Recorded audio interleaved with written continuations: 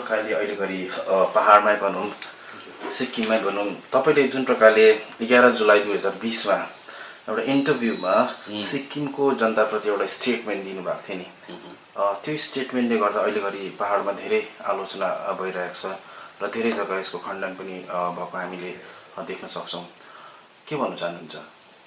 हेर्नुहोस्, भन्ने कुरा त मैले 11 तारिकै भनेको थिएँ र मैले यही भनेको थिएँ कि एउटा सन्दर्भ थियो, त्यसको भन्ने सन्दर्भ थियो, एउटा उदाहरण स्वरूप मैले भनेको थिएँ, तर एउटा रङ उदाहरण भयो, एउटा रङ इक्जाम्पल भयो र त्यो रङ इक्जाम्पल हुँदाखेरि अब कुनै पर्टिकुलर एउटा कम्युनिटीलाई या सिक्किमको जनतालाई उहाँको सेन्टिमेन्टमा लाग्यो, अब लाग्नु स्वाभाविक हो र यसको प्रतिक्रियाहरू फलस्वरूप आज तपाईँले सञ्चार माध्यममा देख्नुहुँदैछ जुन प्रकारको विरोध भइराखेको छ, ट्रोलिङ भइराखेको छ। हो, त्यो अब राजनीतिमा भएपछि that is part of political life, that is part of political life.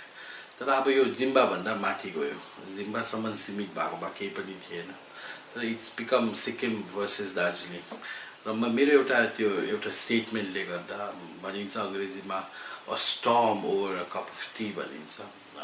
So त्योलाई अभोइड गर्नुको लागि, बिकज नाउ यो के भयो भन्दैमा एउटा सिक्किमको जनता र दार्जिलिङको जनता भर्सेस भएको जस्तो भयो। अब यहाँ पोलिटिकली यसको फाइदा उठाउने, पोलिटिकल माइलेज गेन गर्नु खोज्नेहरू धेरै आए र यो ग्रेभ सिचुएसनलाई जुन मेरो स्टेटमेन्टले आएको छ, अब मैले राजनीतिमा धेरै क्ल्यारिफिकेसन हुनु त म लिगल ब्याकग्राउन्डदेखि हो, आफू पनि अधिवक्ता, त्यो माथि अब एउटा राजनीतिज्ञ र मैले यो यसलाई दिली डाली गरेर आफ्नो तर्कहरू राखेर, लजिकहरू राखेर म प्रशस्त रूपमा I would have defended why I said that, and मैले साधारण जनमानुसलाई पनि कन्भिन्स गर्नु सक्थेँ।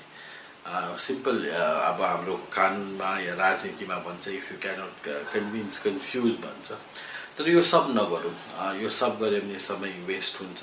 मैले भनिहालेँ यो निर जिम्बामा मात्र सीमित भएन, यसले गर्दा entire Gorkha community, entire hill Darjeeling पहाड पनि अभिज्ञ भएन र जुन प्रकारले मलाई फोनहरू आउँदैछ, सहानुभूति जनाउँदैछ, कतिले आक्रोश जनाउँदैछ, तर टु बी भेरी अनेस्ट मैले मेरो वेल विशर्सहरूले, धेरै राजनीति जान्नेहरूले, अब मेरो पनि सिक्किममा, अब दार्जिलिङ पहाडमा त हो, तर सिक्किमले पनि मलाई धेरै माया गरेको। आज सोसियल मिडियामा म हेर्छु कि लच्छरप्पै अब प्रशस्त रूपमा मलाई सिक्किमको अब फ्यान फलोइङ्सहरू छ।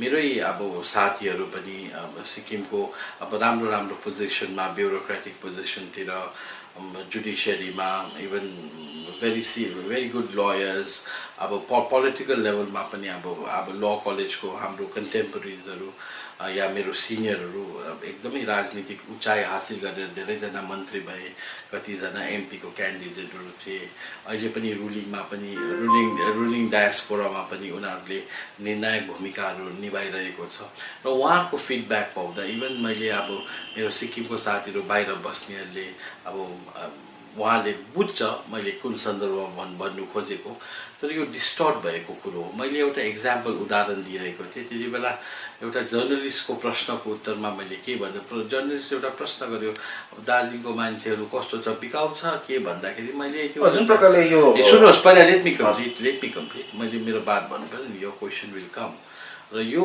जुन प्रश्नहरू थियो र त्यो प्रश्नको उत्तरमा नै मैले भनेको थिएँ कि at the heat of the moment, maybe at the heat of the moment मैले उदाहरण दिल्लीको देख्थेँ, बिहारको देख्थेँ, उत्तर प्रदेशको देख्थेँ र सिक्किमको देख्थेँ। अब सिक्किमको मान्छे एउटा च्यादरसँग आफ्नो भोट साट्छ या बिकाउ हुन्छ, हामी त्यस्तो जनता होइनौँ भनेर भनेको थिएँ। हो, अब म एउटा दार्जिलिङ कन्स्टिट्युन्सीलाई रिप्रेजेन्ट गर्ने, मेरो जुरिसडिक्सन दार्जिलिङ हो, मेरो कर्मक्षेत्र दार्जिलिङ हो, म गोर्खालाई धेरै माया गर्छु, मैले मेरो पहाडलाई सदैव माथि राख्छु, दार्जिलिङको जनतालाई सदैव माथि राख्छु र दार्जिलिङको जनतासँग कम्पेरिजन गर्दा चाहिँ सायद सिक्किम छोडेर मैले नागाल्यान्ड भनेको भए हुन्थ्यो होला या मध्य प्रदेश भनेको भए हुन्थ्यो होला, तर अब हाम्रो नङ र मासु सम्बन्ध भएको एकदमै आत्मीय सम्बन्ध, राजनैतिक, भौगोलिक, सांस्कृतिक, धार्मिक, अब धेरै वी आर भेरी क्लोज। अब एकै हो नि हामी त, यति हो टेरा फ्रेमाले, एउटा सिक्किम हो एउटा दार्जिलिङ हो, यति मात्र हो। तर ऐतिहासिक रूपमा हेऱ्यो भने अब ट्रिटीहरूको कुरा गऱ्यौँ त डिड अफ ग्रान्टहरू छ 1835 सालको, यसले हामीलाई एकै बनाउँछ र सबै कुरो मिल्दा मिल्दै पनि अब यो राजनीतिले अलिक तफाक छौँ हामी। र त्यो तफाक हुँदा हुँदा पनि सिक्किममा अब राजनीति भट्ट्याउने तरिकाहरू कस्तो छ भने उनीहरू त अलरेडी राज्य हो, अब सुसमृद्ध राज्य हो, कति वर्ष भयो राज्यले भयङ्कर डरलाग्दो विकासको एउटा नमुना छ। अब सिक्किमतिर चारैपट्टि बिल्डिङ देख्छौँ, डेभलपमेन्ट हेर्नुमा उहाँहरूको राजनीति भट्ट्याउने उहाँको राजनीतिक मागहरू अर्कै छ। जस्तो हामी त अब सेन्टिमेन्टमा राजनीति रहन्छौँ भएन त, म्युनिसिपालिटी इलेक्सनमा पनि हामी गोर्खाल्यान्ड भन्नैपर्छ, पञ्चायत इकाइमा पनि सेन्टिमेन्ट गोर्खाल्यान्ड भन्नैपर्छ र गोर्खाल्यान्ड भनेर त हार्छौँ। र हाम्रो अस्तित्वको लडाइँ छ, माटोको लडाइँ छ, जातित्वको लडाइँ छ, स्वाभिमानको लडाइँ छ। हाम्रो त टिनको लडाइँ होइन, बिल्डिङको छतको लडाइँ होइन, विकासको लडाइँ होइन, हस्पिटलको लडाइँ होइन, गुड एडुकेसनको लडाइँ होइन, हाम्रो चाहिँ मूलभूत गोर्खाल्यान्ड माटोको लडाइँ हो। तर सिक्किममा के हो भने सिक्किममा प्रशस्त बाँडेको हो नि त, आउँदो सरकारले पनि बाँडेको हो।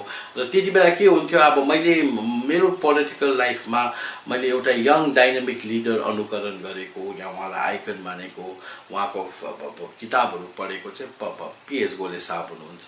अब मैले सानैदेखि देखेको PS गोले साहबलाई यो तामाङको अधिवेशनतिर आउनुहुन्थ्यो, राम्रो वक्ता हुनुहुन्थ्यो, यङ थियो, फ्यान फलोइङ थियो, र उहाँको सङ्घर्ष पनि मैले देखेँ, जुन प्रकारले सङ्घर्ष गरेर उहाँको सिक्किम राजनीतिमा एउटा क्रान्ति लिएर आउनुभयो। र उहाँको भाषणहरू धेरै सुन्थेँ। उहाँले एउटा जग्गा एउटा भाषण दिनुभएको छ, खुबै मलाई मेरो माइन्डमा इन्भाइट भएको त्यो ब्याक अफ माइन्डमा थियो। उहाँले भन्नुभएको छ कि हामी सिक्किमी जनताले सिलिन्डरसँग आफ्नो स्वाभिमान बेच्नु भएन, विद्यार्थीहरूले ल्यापटप र कम्प्युटरसँग आफ्नो स्वाभिमान साट्नु हुँदैन, च्यादरसँग आफ्नो भोट कहिले पनि बिक्री गर्नु हुँदैन। यो क्रान्ति ल्याउने नै यही भाषणले उहाँले सिक्किममा क्रान्ति, त्यही थियो मेरो ब्याक अफ माइन्डमा। अब मुख्यमन्त्री साहबको एउटा स्टेटमेन्ट हो, तर अब घरको बाउलाई छोराले मत्तु भन्दा त मिल्यो, तर बाहिरको अब भतिजोले भन्दा त मिलेन, त्यो त अफेन्सै हुन्छ। अब सिक्किममै मैले बसेर यो एउटा स्टेटमेन्ट दिएको भए त एउटा अब आज त it would the truth is always better, तर सिक्किममै बसेर मैले यो भनेको भए हाम्रो राजनीति त्यो अर्कै कुरो थियो। तर म अलिकति टाढोको भए फेरि बङ्गालपट्टिको टिस्टा पारीको अलिकति अर्कै बेग्लै उयो हुनाले मैले अब विधायक भएको खण्डमा भन्दाखेरि उहाँलाई लाग्यो। र मैले यो स्टेटमेन्ट चाहिँ कहिले पनि त्यो इमान्दार जनताको लागि जसले यो सिक्किममा एउटा क्रान्ति ल्याएर एउटा नयाँ सरकारको स्थापना गर्यो। हेर्नुहोस् सिक्किममा म त यो डाइरेक्टली भन्छु र यसको लागि त म माफ पनि माग्दिनँ, सिक्किमको राजनीतिक दलका जति पनि नेताहरू छ उनीहरू कहिले अपोजिसनमा बस्नै मानेन होइन। हेरौँ अब पहिला बिचारा गोले साहबले त्यत्रो मेहनत गरेर एमएलएहरू बटायो, पावरमा नहुँदा उनीहरू सुत्तै सबै रुलिङमा जाने। योपालि पनि त्यत्रो मेहनत भयो, चामलिङ साहबले त्यत्रो गर्यो, उनीहरू विपक्षमा बस्नु, विपक्षको भूमिका निभाउनै नसक्ने सहुलियतमा उनीहरू ट्याप्पै गएर फेरि अरू पार्टीसँग, त्यस्तो कल्चर चाहिँ अब सुधार्नुपर्छ। र मेरो अपोलोजिज, मेरो माफी चाहिँ त्यो जनतालाई छ, त्यो इमान्दार सिक्किमको जनतालाई छ जसले आफ्नो ग्यास सिलिन्डरको लागि, चुल्हाको लागि, जसले छप्परको लागि, जसले सिन्टेक्सको लागि, आफ्नो स्वाभिमानको लागि उहाँले कहिले भोट बेचेन। र त्यही भोट नबेच्नेहरूको कारण त आज सिक्किममा एउटा यस्तो सरकार छ जसले क्रान्तिको नयाँ आवाज उठाए, जसले क्रान्ति ल्याएर एउटा नयाँ सरकार बनाए। उनीहरूलाई मैले इङ्कित गरेको पनि होइन, एउटा एक्जाम्पल दिएको, that became a wrong example, a right example in a wrong place and at a wrong time and wrongly interpreted. यो हेर्नुहोस्, यो जसले आज भाइरल गर्दै त त्यसको नाम हो प्रकाश ली भन्ने हो। प्रकाश लीको अलिकति मैले त्यहाँनिर हाम्रै आइबिडिआइबीहरूसँग इन्क्वायरी गर्दा, साथीहरूसँग गर्दा, यो मान्छे चाहिँ अहिले अपोजिसन पार्टीको मिडिया ह्यान्डलर रहेछ। र उहाँले यो जाने, यहाँ हेर्नुहोस्, उहाँले यो जानेको कुरा, यो इन्टरभ्यू 11 तारिकको इन्टरभ्यू उहाँले बिचमा पनि यसलाई गर्नु सक्थ्यो। तर इन द मिन टाइम प्रकाशजीले व्हाट्सएप गरेर के गरेर अब यो त्यो जसले मेरो इन्टरभ्यू लिएको थियो उसँग बार्गेनिङहरू गर्दै थियो कि यो जिम्बालाई देखाइदिनु, यो जिम्बालाई यो मेसेज गरिदिनु। उहाँले डाइरेक्ट मलाई गर्नु सक्थ्यो, मलाई पनि पठाएको हेलो जोजो भनेर छ, हेलो जोजो भनेर, अन्त यो भिडियो क्लिप बनायो। अन्त मैले सोधेँ के हो यो भिडियो हाल्दा त अलिकति अप्ठ्यारो हुन्छ होला, अब हाम्रो एउटा हार्मोनियस रिलेसन छ सिक्किम एन्ड दार्जिलिङ नौमासुको, किनभने 86 मा भण्डारी साहबले हामीलाई मद्दत गर्यो। म सानो हुँदाखेरि पनि 86 मा अब एकदमै सानो हुँदा, म 6 वर्षको हुँदा पनि बाबाहरूले लगेर सिक्किममै हाम्रो रेफ्युज थियो, मेरो होल फ्यामिली त पोलिटिकली इन्भल्भ थियो, मेरो अङ्कलहरू बडाहरू। सो हामी गएर सिक्किममै बसेको, त्यो सेल्टर दिएको। यो फेरि गुरुङ साहबको आन्दोलनमा पनि सिक्किमले, चामलिङ साहबले ठुलो मद्दत गरेको छ होइन। हाम्रो त नङमासुको अबको 107 दिनको आन्दोलनमा जुन प्रकारले सिक्किमको हरेक व्यक्तिले, हरेक पोलिटिकल पार्टी छोड्नुहोस्, सरकार छोड्नुहोस्, इन्डिभिजुअलले जुन प्रकारले हामीलाई माया देख्छ, हामीलाई संरक्षण दिएको छ, पोलिटिकल रेफ्युज दिएको छ, हाम्रो कुराहरूलाई अगाडि बढाइदिएको छ अहिले गोले साहबले पनि। अन्त उहाँको त हाम्रो त एकदमै हामी त एक हो नि, नङमासु हो नि भन्नुको लागि खालि होइन। र त्यस्तो हुँदै पनि अब त्यो व्यक्तिले, जुन मैले प्रकाश ली भने, उसको म्यालाफाइड इन्टेन्सन थियो, म्यालिस थियो, रङ इन्टेन्ट थियो।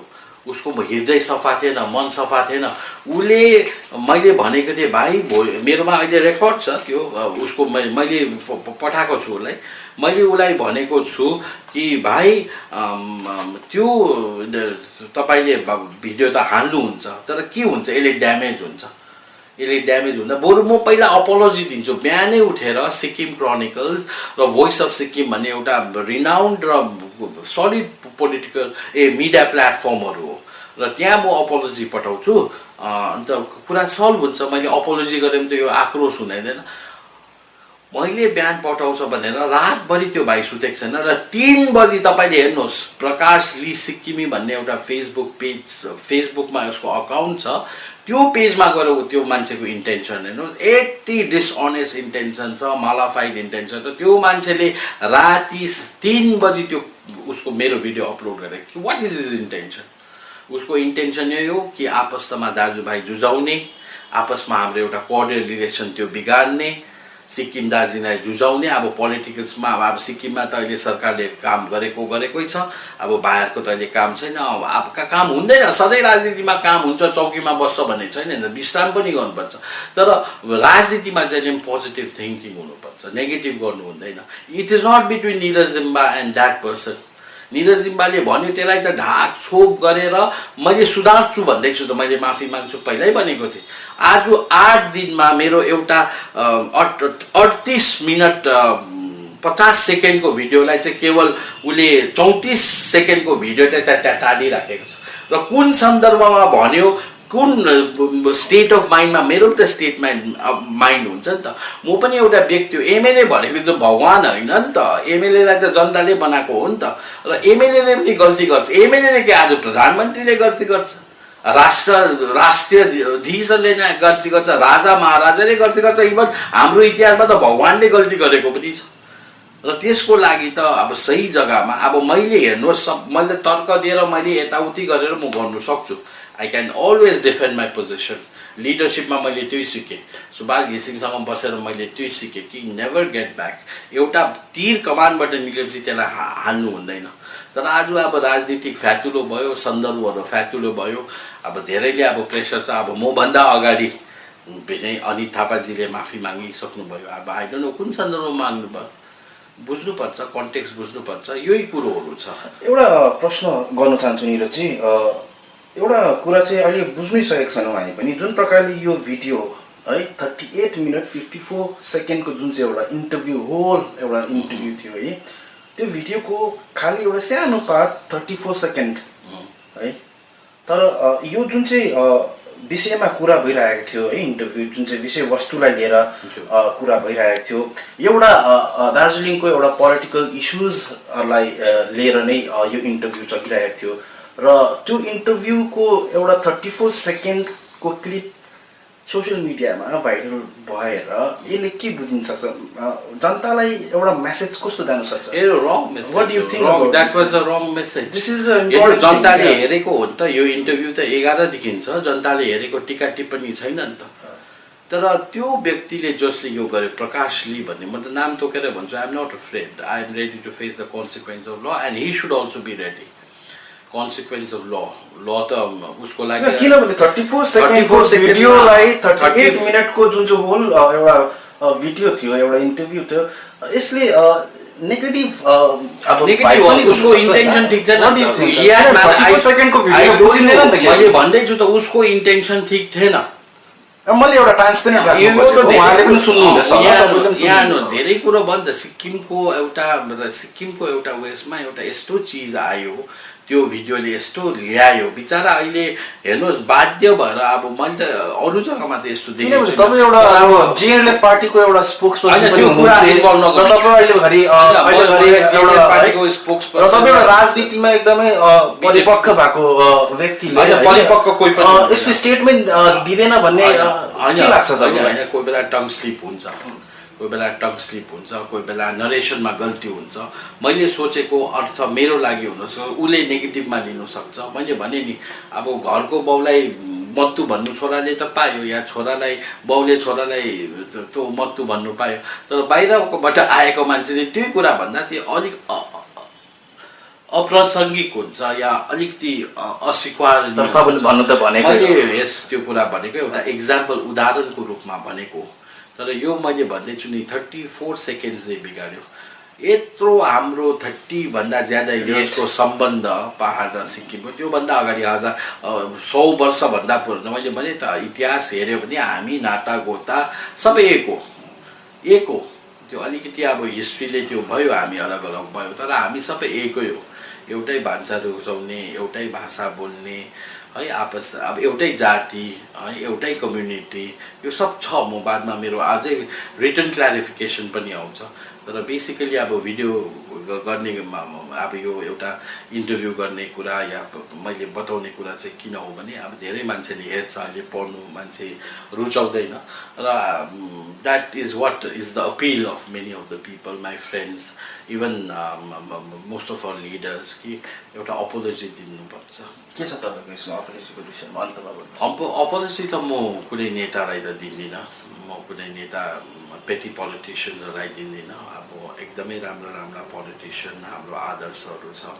उहाँहरू अब चामलिङ साहब हुनुहुन्छ, एउटा इन्डियामा अब ख्याति, उहाँलाई सिरोपर राखेर अहिले मेरो अब पोलिटिकल आइकन पिएस गोले साहब हुनुहुन्छ, उहाँलाई सरोपर राखेर, किनभने हाम्रो जातिको लागि, हाम्रो कम्युनिटीको लागि जति उहाँले ख्याति कमाउनु भएको छ होइन, अब सिपेजहरू हो उहाँहरू। अन्त उहाँहरू हुनुहुन्छ र उहाँहरूलाई अब उहाँहरूको समूहहरू हुनुहुन्छ। अब गोले साहब त अहिले मुख्यमन्त्री हुनुहुन्छ, अब त्यहाँको अहिले सबैभन्दा आइकनिक हेड हो र उहाँहरूलाई साक्षी राख्दै साथसाथै सिक्किमको त्यो जनता, एउटा जनताको पनि धेरै वर्ग हुन्छ नि होइन, सबै जनता त राम्रो हुन्छ भन्ने छैन, तर सिक्किमको जनता एकदम होनहार जनता जसले कहिले आफ्नो स्वाभिमान बेचेन, कहिले आफ्नो स्वाभिमान साटेन र जसको बलबुतामा आज सिक्किम छ।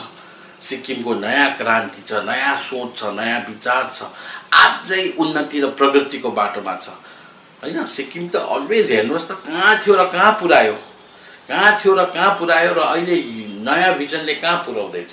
यिनीहरूलाई उहाँहरूलाई मेरो आफ्नो उहाँमा राख्दै उहाँहरूको लागि मेरो एउटा वक्तव्यले कहीँ आघात पुगेको छ, हो हर्ट भएको छ, म बुझ्छु। हर्ट भएर त यत्रो आक्रोश छ र आक्रोश पनि छ किनभने मलाई माया गर्छ।